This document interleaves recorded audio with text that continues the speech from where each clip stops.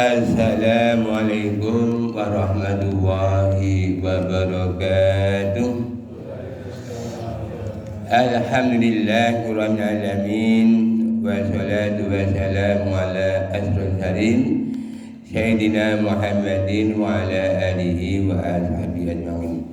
Jamaah salat subuh yang dimuliakan oleh Allah Subhanahu wa taala. Pada kesempatan di pagi hari ini, mari kita bersama-sama memanjatkan puji syukur kita kepada Allah Subhanahu wa taala yang telah memberikan rahmat dan nikmatnya kepada kita semua sehingga kita dipilih oleh Allah Subhanahu wa taala untuk bisa melaksanakan salat subuh secara berjamaah. Karena tidak setiap orang mau dan mampu untuk melaksanakan sholat subuh secara berjamaah, karena ketika kita melihat hidayah dari Allah Taala untuk bisa melakukan sholat subuh berjamaah, maka seolah-olah kita telah melakukan sholat sudah sepanjang malam. Shalawat dan salam kita haturkan kepada kita Nabi besar Muhammad sallallahu alaihi wasallam beserta keluarga dan sahabatnya yang senantiasa telah memberikan berbagai macam keteladanan dalam kehidupan sehingga kita selalu merindukan syafaatnya sampai hari kiamat. Jamaah salat subuh yang berbahagia, puji syukur kita kepada Allah Ta'ala karena kita dipilih oleh Allah bisa menikmati yaitu bulan Ramadan tahun 1447 Hijriah. Sudah banyak ya orang yang ingin menikmati bisa hadir di bulan Ramadan 1447 ini, tetapi Allah memanggilnya. Untuk itu ketika bulan Ramadan datang, kita bersyukur kepada Allah Subhanahu wa taala.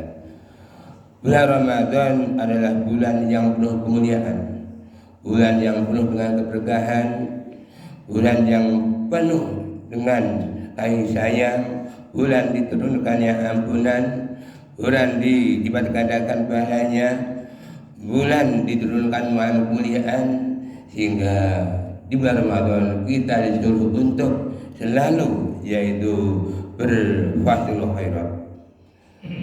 Untuk itu bulan Ramadan yang datangnya hanya setahun sekali, sebulan, jangan sampai sia-siakan. Maka dari itu ketika kita di bulan Ramadan, palingnya kita sedang memperbaiki diri kita. Untuk itu pada kesempatan di pagi hari ini kami akan menyampaikan yaitu kultum tentang perbaikan diri melalui ibadah Ramadan. Muslimin jamaah dan rahimakumullah. Tadi di rakaat pertama saya membaca surat Al-Baqarah ayat 183, 184, 185. Sebenarnya kalau kita memahami hal tersebut, kita sedang melakukan perbaikan diri. Yang jadi masalah, apa yang perlu diperbaiki melalui ibadah Ramadan? Setidaknya kalau kita melihat tadi ada 3 hal yang perlu diperbaiki. Yang pertama adalah perbaikan iman agar menjadi orang yang bertakwa. Ya ayyuhalladzina amanu kutiba alaikumusyiyamu kama kutiba alal ladzina min qablikum la'allakum tattaqun. Hai orang yang beriman, telah kewajiban kamu berpuasa sebagaimana telah diwajibkan orang-orang dahulu agar kamu bertakwa. Dari itu di bulan Ramadan ini iman kita adalah semakin meningkat. Iman bisa turun, bisa naik. Iman bisa meningkat karena ketaatan. Iman bisa menurun karena kemaksiatan. Alhamdulillah dengan kedatangan Ramadan ini, bulan yang penuh dengan berkahan, banyak sekali ya. Sebelum Ramadan mungkin imannya masih tengah-tengah, tapi begitu Ramadan datang imannya semakin meningkat. Adapun tujuan daripada melaksanakan ibadah puasa agar menjadi orang-orang yang bertakwa. Puasa bukan sekedar menahan lapar dahaga, tapi bagaimana kita menjaga kualitas puasa agar kita benar-benar menjadi hamba yang mutakin. Betapa banyak orang yang melakukan ibadah puasa tidak melakukan apa-apa karena tidak bisa menyediakan yaitu jamu, jati dan kendi. Jamu artinya apa? Tidak bisa menjaga mulut. Jati adalah tidak menjaga hati, dan kendi adalah tidak bisa mengendalikan diri. Untuk itu mari kita tetap berpegang kepada Allah. Kita pegang iman kita akan sampai Ramadan iman kita tetap meningkat, jangan sampai iman kita semakin kendor. Muslimin jamaah salat rahimakumullah. Adapun perbaikan yang kedua adalah perbaikan hubungan kita terhadap sama muslim. Kita tahu bahwa ketika perintah untuk melaksanakan ibadah puasa, kita disuruh untuk peduli terhadap sesama muslim. Betapa banyak saudara kita banyak yang menahan lapar, kita bisa makan. Tapi di sini kita dituntut untuk apa? Yaitu kepedulian terhadap sesama muslim. Mereka merasakan lapar, kita juga dituntut bisa merasakan lapar. Bagaimana rasanya lapar itu? Pada itu bagi yang memiliki yaitu penghasilan, mari kita ketuk hati kita untuk apa? Peduli terhadap sama. Alhamdulillah di bagian ini setiap hari ada pembagian sembako yang diberikan kepada 120 duafa di RW2 ini.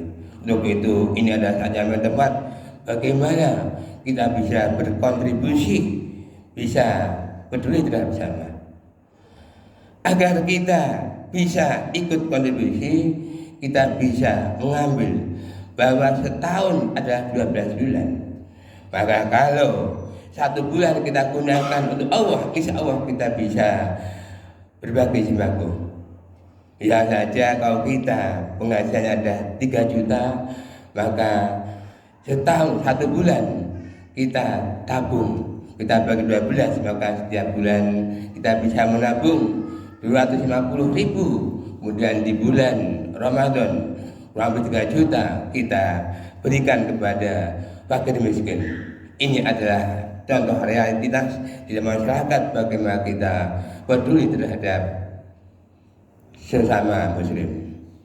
Apa yang kita infakkan di Allah, apa yang kita infakkan kepada duafa, apa yang kita sedekahkan di jalan Allah, insya Allah Allah akan menggantinya.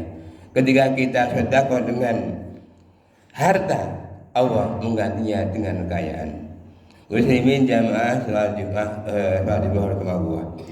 Adapun yang ketiga adalah perbaikan diri kita dengan Al-Quran.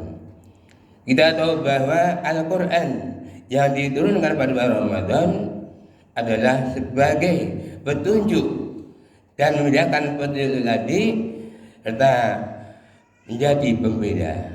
Untuk itu bulan Ramadan, bulan turunnya Al-Quran, mari kita dekatkan diri kita dengan Al-Quran.